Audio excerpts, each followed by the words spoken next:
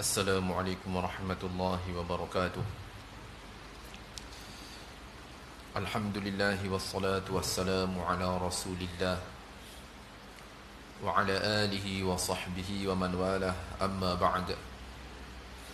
Qala rabbi shrah li sadri wa yassir li amri wahlul 'uqdatan min lisani yafqahu qawli. ولا حول ولا قوة إلا بالله العلي العظيم. Terutamanya marilah kita bersyukur kepada Allah kerana Allah Subhanahu wa taala masih memanjangkan usia kita. Malam ini dipertemukan oleh Allah. Mudah-mudahan keberadaan kita pada saat ini di antara ibadah yang diterima oleh Allah, yang dimuliakan ahli jatan kuasa surah ini di atas usaha keras kalian untuk mengimarahkan rumah Allah, didoakan ianya di antara ibadah yang akan menjadi saksi di hadapan Allah Subhanahu wa ta'ala kelak. Seterusnya para hadirin, para hadirat, tuan-tuan, ibu-ibu yang dimuliakan, sebelum kita meneruskan bicara kita malam ini, petikan daripada kitab Al-Iman yang diketuai pengarangannya oleh Syekh Abdul Majid Az-Zindani hafizahullah ta'ala. Dahulu kita telah berbicara mengenai sifat pemilik hati orang beriman. Hati orang beriman ada tanda-tandanya. Kita ingin menilai dan melihat diri kita. Saya ingin melihat diri saya. Adakah hati saya ini adalah hati orang beriman? Manakala pengarang menggariskan kepada kita beberapa tanda. Yang pertama, menerima kepada ataupun menerima kebenaran. Al-iqbalu 'ala al-haqq, menerima di atas kebenaran. Yang kedua, suka akan kebenaran dan dadanya sentiasa lapang untuk agama Islam. Yang ketiga, menyeruk seruan keimanan dan dia suka imannya sentiasa bertambah. Yang keempat, at-tadhakkur. Yang kelima, al-yaqin. Yang keenam, linul qulubi li dzikrillah. Yang ketujuh, ittiba'ul qur'ani was sunnah, ikut Al-Quran dan juga Sunnah. Ini 7 sifat. Manakala bicara kita terhenti saat kita berbicara pada sifat yang ketiga, pemilik hati orang beriman, menyaut seruan keimanan dan disuka imannya sentiasa bertambah. Tuan-tuan, ibu-ibu yang dimuliakan, kita lihat semula pada poin yang ketiga. Kerana bicara kita sebenarnya pada poin yang keempat ataupun sifat yang keempat. Setelah kita lihat yang pertama, menerima kebenaran, kita tengok, saya tengok diri saya ini boleh terima benda betul ataupun tidak. Yang kedua, saya lihat diri saya ini suka kebenaran ataupun tidak.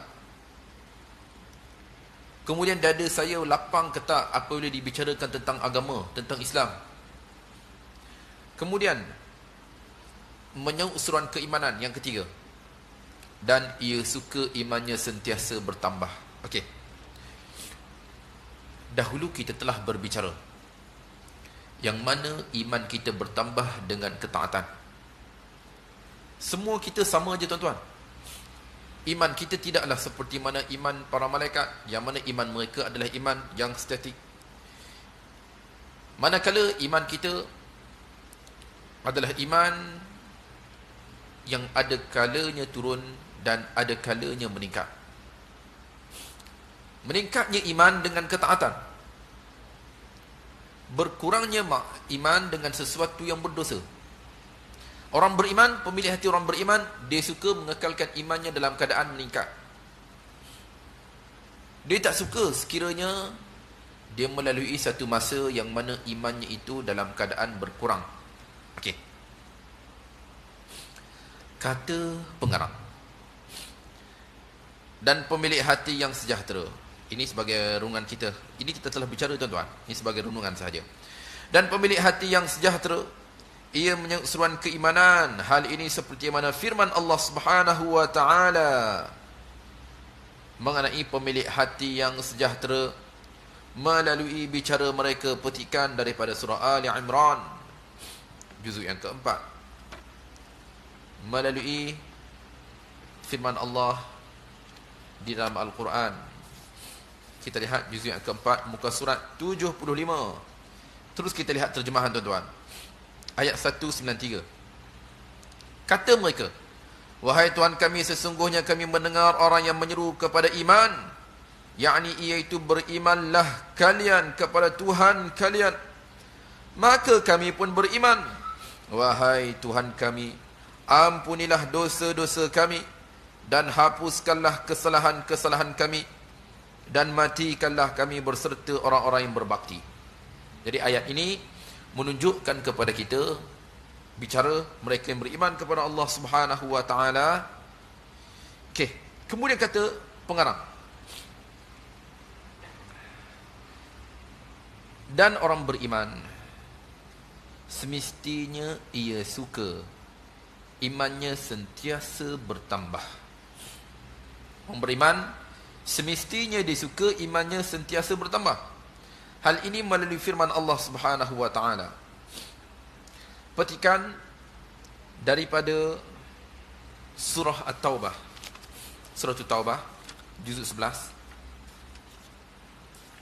Surah At-Taubah juzuk 11. Kita lihat muka surat 207. Bermula daripada ayat 124. Kita lihat terjemahan. Dan apabila diturunkan satu surah, maka di antara mereka, yakni orang-orang munafik, ada yang berkata, siapakah di antara kalian yang bertambah imannya dengan, yakni turunnya surah ini? Adapun orang-orang yang beriman, maka surah ini menambahkan lagi imannya dan mereka berasa gembira. Okey, ini fokus kita tuan-tuan.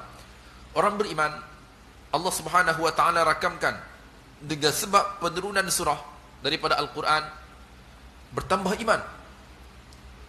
Bahkan mereka bergembira.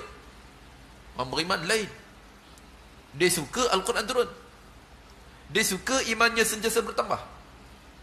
Sebab bila kita berbicara, kita membaca Al-Quran, iman kita bertambah. Kita mendengar Al-Quran sahaja tuan-tuan, iman kita bertambah. Suratul Anfal ayat yang kedua. Mungkin kita akan nilai tuan-tuan, kita akan buat penilaian. Suratul Anfal ayat yang kedua. Innamal mu'minuna alladhina idza dzukirallahu wajilat qulubuhum wa idza tuliyat 'alaihim ayatuhu zadatuhum imanan wa 'ala rabbihim yatawakkalun. Sesungguhnya orang beriman, apabila disebut mengenai Allah, gemetar hati-hati mereka, dan apabila dibacakan ke atas mereka ayat-ayat keterangannya, maka bertambahlah keimanan mereka. Orang beriman disuka baca Al-Quran, dengar Al-Quran. Okey tuan-tuan, contoh, kita nak tengok diri kita lah. Saya nak tengok diri saya. Tuan-tuan, ibu-ibu pun begitu.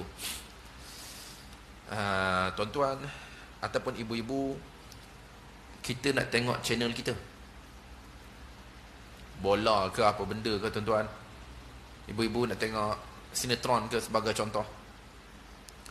Jadi bila kita buka, kebetulan kena kepada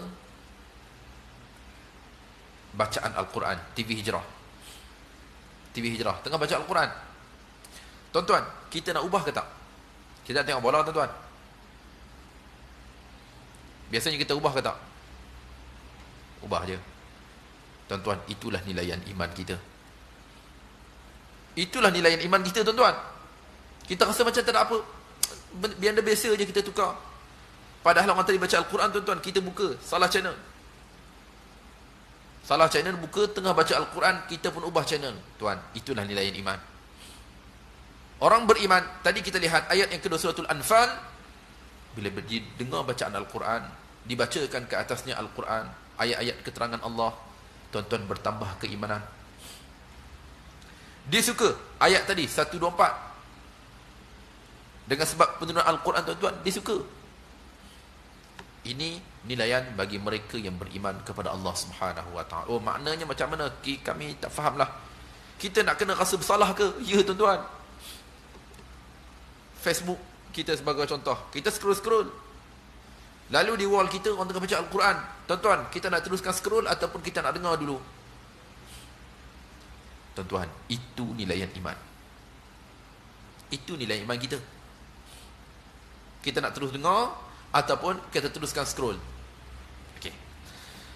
Kemudian kita lihat, saya ringkaskan tuan-tuan, sebab perkara ini telah kita sentuh. Kita ada berapa fokus kita berikutnya.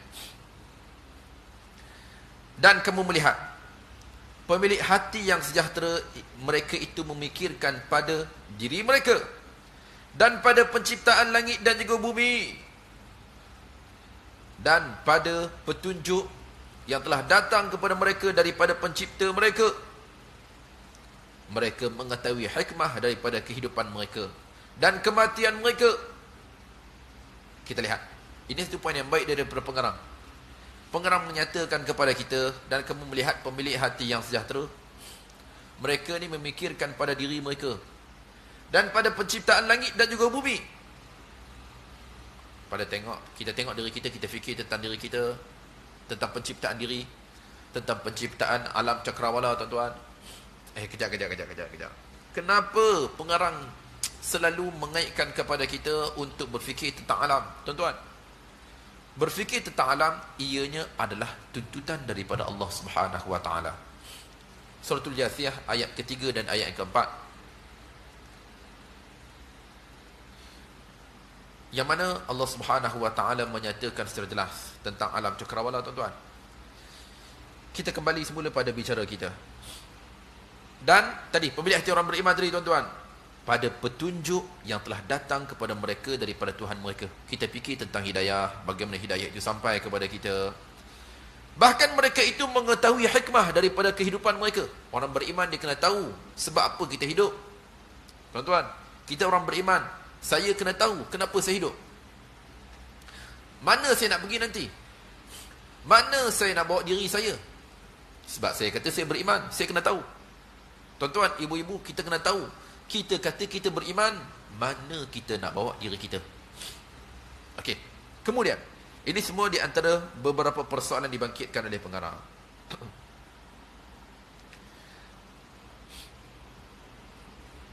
Okey, kemudian, wa yasifu lahum madiyahum wa mustaqbalahum. Bahkan semestinya jelas bagi mereka apa yang terlepas dan apa yang akan mereka lalui. Orang beriman, kita ni kita kena tahu benda lepas, benda lalu. Benda lalu ni apa? Masa hadapan, hari akhirat terutamanya, syurga yang telah dijanjikan Allah Subhanahu wa taala kepada hamba-hambanya yang beriman, dan azab yang menanti orang-orang yang kufur kepada Allah Subhanahu wa taala. Dan mereka juga memikirkan pada mukjizat Rasul sallallahu alaihi wa alihi wasallam dan bukti-bukti kebenarannya, tuan-tuan. Dan ianya bertepatan dengan apa yang telah diarahkan oleh Allah Subhanahu wa taala dengannya. Allah suruh mereka lakukan, Allah suruh kita lakukan dengannya, untuk membenarkan bagi mereka kesejahteraan dunia dan juga hari akhirat, dan supaya dijauhkan daripada azab neraka. Tuan-tuan, ini saya ringkaskan melihat kepada bicara pengarang yang boleh kita lihat di sini. Secara ringkas, pengarang sebenarnya dia nak ajak kita berfikir. Dia nak ajak kita berfikir tentang diri kita, tentang alam cakrawala, kemudian tentang petunjuk bagaimana sampai kepada kita. Dia nak ajak kita berfikir tentang mukjizat. Dia nak ajak kita berfikir tentang, tuan-tuan, sesuatu yang telah diarahkan Allah Subhanahu wa taala kepada kita untuk kita lakukan. Semua itu dia nak ajak kita berfikir. Kejap. Bila kita berfikir, apa yang dapat kita lihat? Contoh, tuan-tuan, contoh. Kita jangan menerima bulat-bulat apa yang dibicarakan oleh mana-mana individu, melainkan kita berfikir terlebih dahulu. Bukan kita nak sangka buruk, tak. Kita ingin berfikir. Sebagai contoh, tuan-tuan, sebagai contoh, ini cerita betul. Satu video pendek saya pernah tengok. Mungkin tuan-tuan, ibu-ibu pernah melihat video pendek itu. ceritanya, ini saya nak ajak kita berfikir je. Kita renung tuan-tuan cerita ni, nanti kita bersama-sama berfikir. Ceritanya tentang seorang perempuan. Ini cerita betul. Video sekitar 9 minit lebih je, saya ringkaskan. Seorang perempuan, dia bawa anak dia, jumpa dengan seorang hamba Allah, dalam kurungan ustaz. Jadi dia pun bertanya kepada ustaz tadi, "Ustaz, ada tak tips untuk menerangkan hati anak? Nak terangkan hati anak ni, ada tips ke tak? Ada tak cara, ada wasiat yang boleh dilakukan?" Tuan-tuan, apa kata si fulan? Kata si fulan itu begini, akak. Akak balik nanti, akak wuduk. Balik wuduk. Kemudian air basuhan anggota wuduk yang pertama itu tadah. Maknanya setiap basuhan anggota wuduk, muka, tangan, sehingga kaki akhir. Air basuhan yang pertama itu tadah. Buat apa tuan-tuan? Kemudian beri minum kepada anak.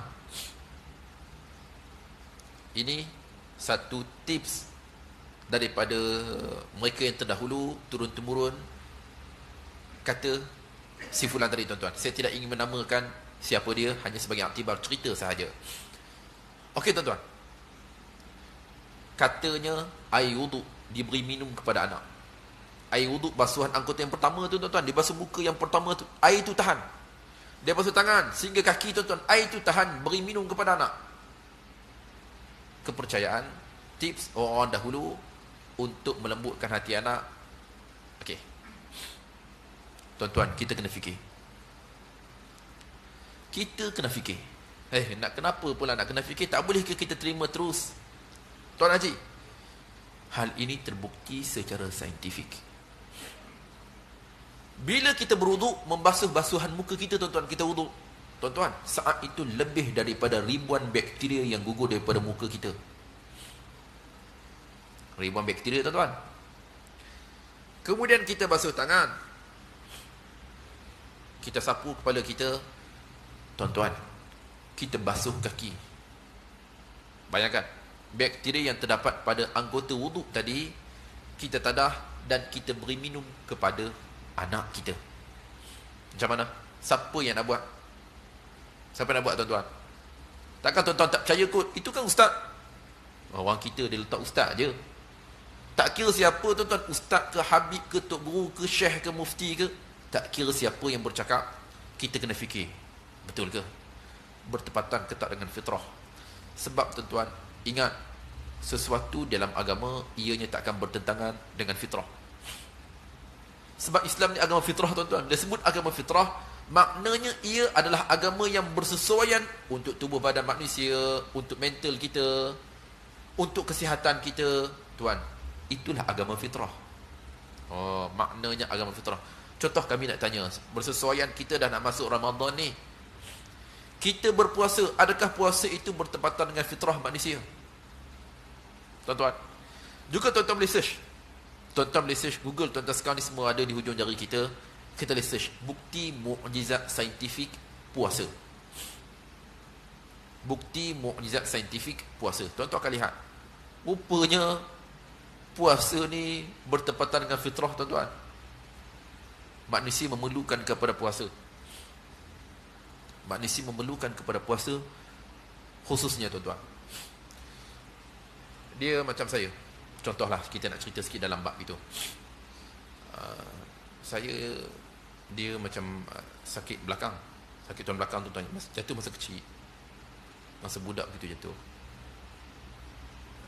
Jadi, tuan-tuan, dia di antara rawatan saya. Di antara rawatan. Saya kena puasa. Saya kena puasa, tuan-tuan. Dalam tempoh apa ketika bila saya sakit, saya kena puasa. Itu di antara cara rawatan. Maknanya, ada penyakit, kesakitan tertentu, ia ni nak kena puasa juga. Contoh, tuan-tuan, ini realiti.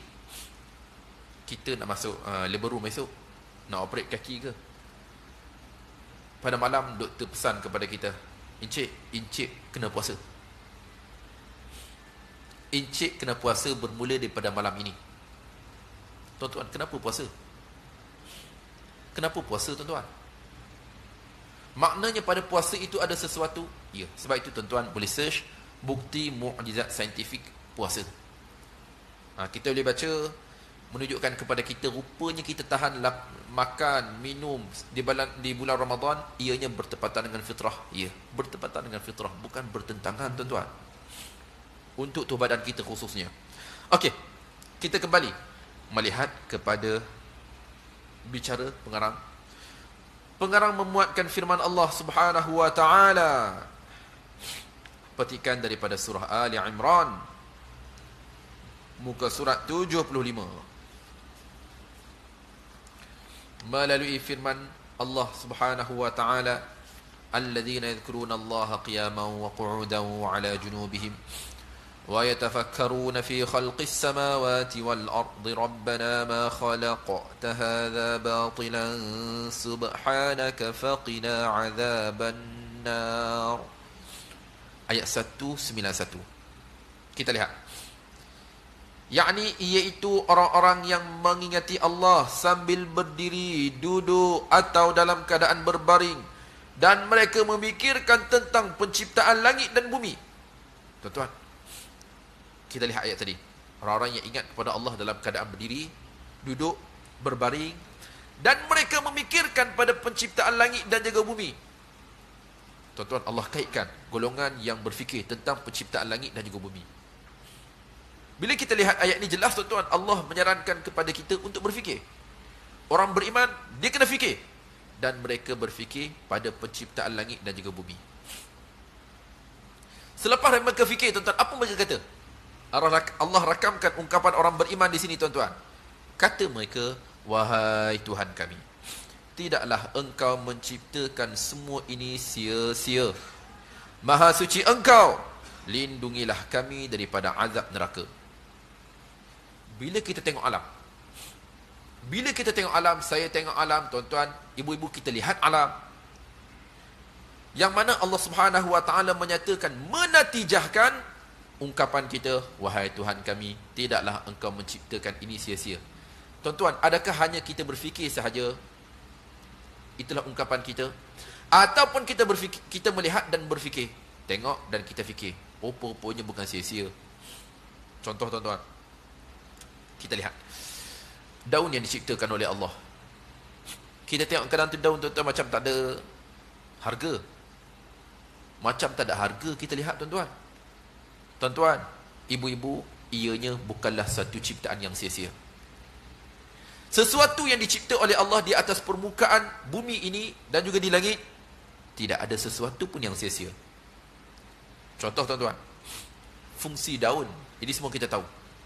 Fungsi daun yang telah diciptakan oleh Allah, di antaranya, tuan-tuan, recycle semula daripada karbon dioksida kepada oksigen.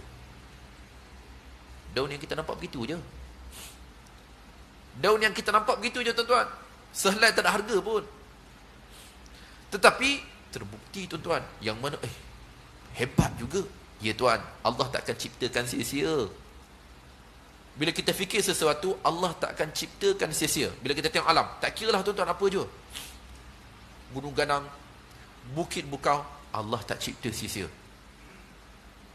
Tuan-tuan, kita saksikan hari ini depan mata kita, tuan-tuan, kesan daripada pencerobohan dan kerosakan alam. Hutan simpan terutamanya, tuan-tuan, kesannya apa yang berlaku? Kita nampak, tuan-tuan, kita nampak bukit bukau dah habis, pokok habisnya ditebang. Bila kita saksikan, ya Allah, Allah tak ciptakan sia-sia. Pokok tak ada, kita lihat kesannya. Habisnya ditarah, kita lihat kesannya, tuan-tuan. Bila kita fikir, ya Allah, Allah tak ciptakan sia-sia. Semuanya ada peranan. Gunung ganang ada peranannya, tanah tinggi ada peranannya, tanah rendah ada peranannya.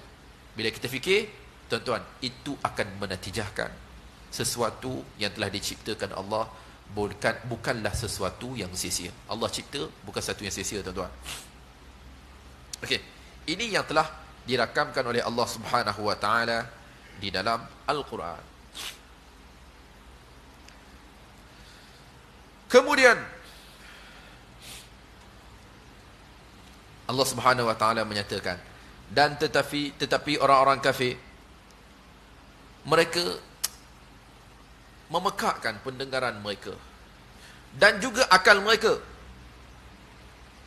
tak kala diciptakan bagi mereka untuk berfikir. Yalah, Allah ciptakan pendengaran dan juga akal untuk berfikir, tapi mereka tidak menggunakan. Okey. Maka mereka tidak mengiktiraf. Mereka tidak mengiktiraf.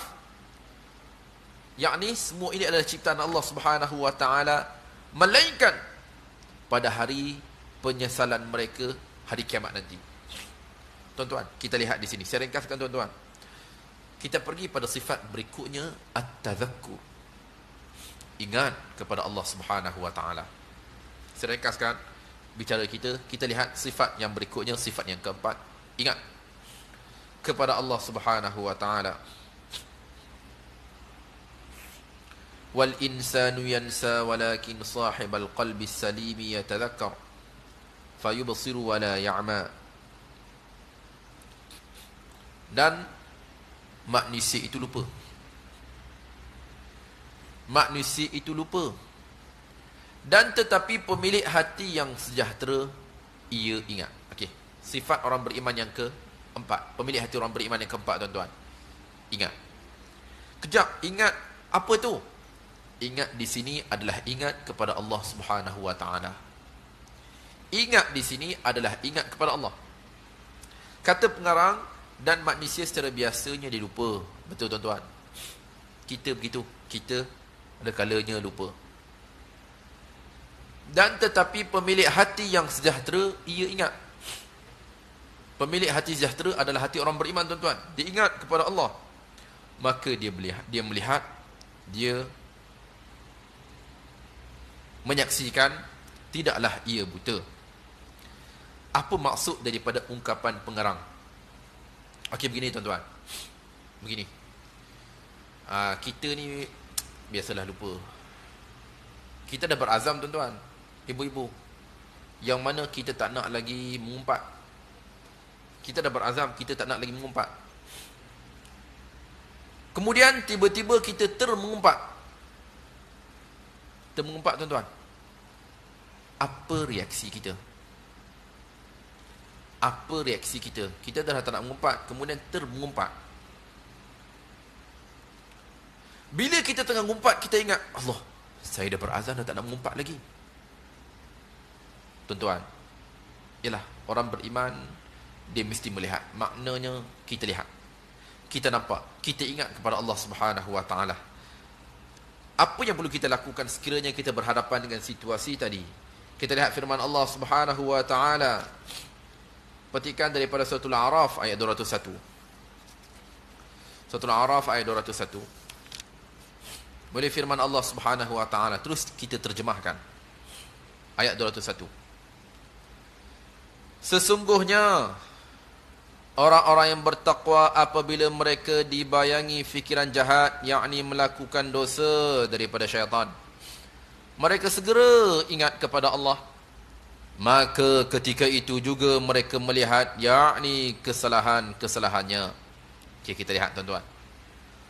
Orang-orang yang bertakwa apabila dibayangi fikiran yang jahat, yakni melakukan dosa daripada syaitan. Syaitan rasa, syaitan suruh buat benda jahat, suruh buat sekian. Tuan-tuan, Allah gariskan kepada kita dua cara yang perlu kita lakukan. Yang pertama, tazakkaru, ingat. Yang kedua, saat itu kita menyaksikan dosa-dosa kita. Kita ingat, kemudian kita saksikan. Apa tu kami tak faham. Macam tadi lah tuan-tuan, kita tengah mengumpat. Kemudian tengah-tengah mengumpat, baru kita teringat, ya Allah, apa saya buat ni, berdosa ni. Kita ingat kepada Allah. Kemudian yang kedua, kita menyaksikan dosa-dosa kita, kita bayangkan dosa-dosa tersebut. Oh, maknanya kita ingat kepada Allah macam mana tu? Apa yang kita perlu lakukan kan? Okey, tuan-tuan, kita ingat kepada Allah dengan kita istighfar. Astaghfirullah, apa saya buat ni? Apa saya lakukan ni? Astaghfirullah. Kita ingat kepada Allah dengan cara kita istighfar. Hal ini bersesuaian firman Allah Subhanahu wa taala, tuan-tuan. Surah Ali Imran.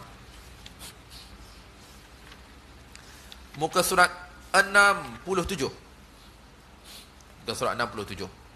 Ayat 1 2 3. Ayat 1 2 3. Allah Subhanahu wa taala menyatakan kepada kita cara bagaimana untuk kita ingat tadi. Seperti mana yang kita katakan kita ingat dengan kita istighfar kepada Allah Subhanahu wa taala. Okey tuan-tuan, kita pergi yang kelima. Ini juga yang kita akan teruskan bicara kita malam ini, al-yaqin. Yaqin, kita lihat yang kelima. Sifat yang kelima tuan-tuan, terus saya terjemahkan. Dan kamu melihat pemilik hati yang sejahtera, ia memikirkan, berfikir, mempelajari dan mengingati, sesungguhnya ia telah sampai ke martabat keyakinan ataupun yakin. Hal ini dinyatakan oleh Allah Subhanahu wa taala, yang telah dinyatakan oleh Tuhan kita melalui firman-Nya Subhanahu wa taala. Petikan daripada suratul Jathiyah ayat ketiga dan ayat yang keempat. Melalui firman-Nya artinya, sesungguhnya pada penciptaan langit dan juga bumi ianya beri tanda-tanda, yakni kebesaran Allah bagi mereka yang beriman. Dan pada penciptaan diri mereka dan apa yang melata daripada haiwan, binatang, ianya menjadi tanda-tanda bagi kaum yang meyakini. Jadi ayat ini Allah Subhanahu wa taala nyatakan kepada kita semua ciptaan Allah itu tuan-tuan, ianya menjadi tanda kepada orang yang beriman. Ianya menjadi tanda-tanda bukti kebesaran Allah bagi orang yang yakin. Macam mana kita nak yakin? Melainkan kita mesti berfikir. Betul. Kita berfikir tuan-tuan, ianya menatijahkan kepada kita keyakinan. Contoh, kita dah plan nak jalan dengan family tuan-tuan. Okey, teruskan tuan-tuan nak berjalan. Tapi ingat, kita mesti kaitkan apa yang kita lihat itu sambil kita berfikir. Kita nak pergi pantai, yang mana bila kita lihat, kita mesti menatijahkan natijah akhir itu adalah Allah. Contoh, bila kita pergi pantai, kita fikir tentang haiwan yang terdapat di pantai.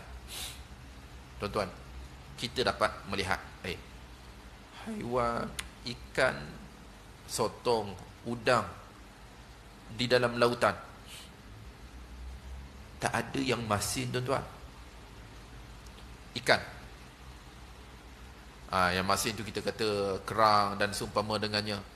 Itu pun rasa masin sikit. Tapi ikan, ya Allah, dia hidup dalam laut masin. Diikutkan, bila dia hidup dalam laut masin, dia pun masin, tapi tak masin. Ini semua menunjukkan atas kebijaksanaan Allah Subhanahu wa taala yang menciptakan ikan itu. Maknanya setiap yang kita lihat, kita mesti kaitkan dengan Allah Subhanahu wa taala. Okey. Itu menjadi tanda kepada mereka yang yakin dengan mereka berfikir pada penciptaan alam ini. Kemudian, adapun seorang yang lalai, berpaling, kamu melihatnya ia berada di dalam keraguan dan juga syak. Berbeza tuan-tuan. Mereka tadi sambil mereka melihat alam, mereka berfikir, menatijahkan keyakinan kepada Allah. InsyaAllah pada pertemuan akan datang tuan-tuan, kita akan lihat beberapa poin penting hasil daripada bicara kita di sini tuan-tuan.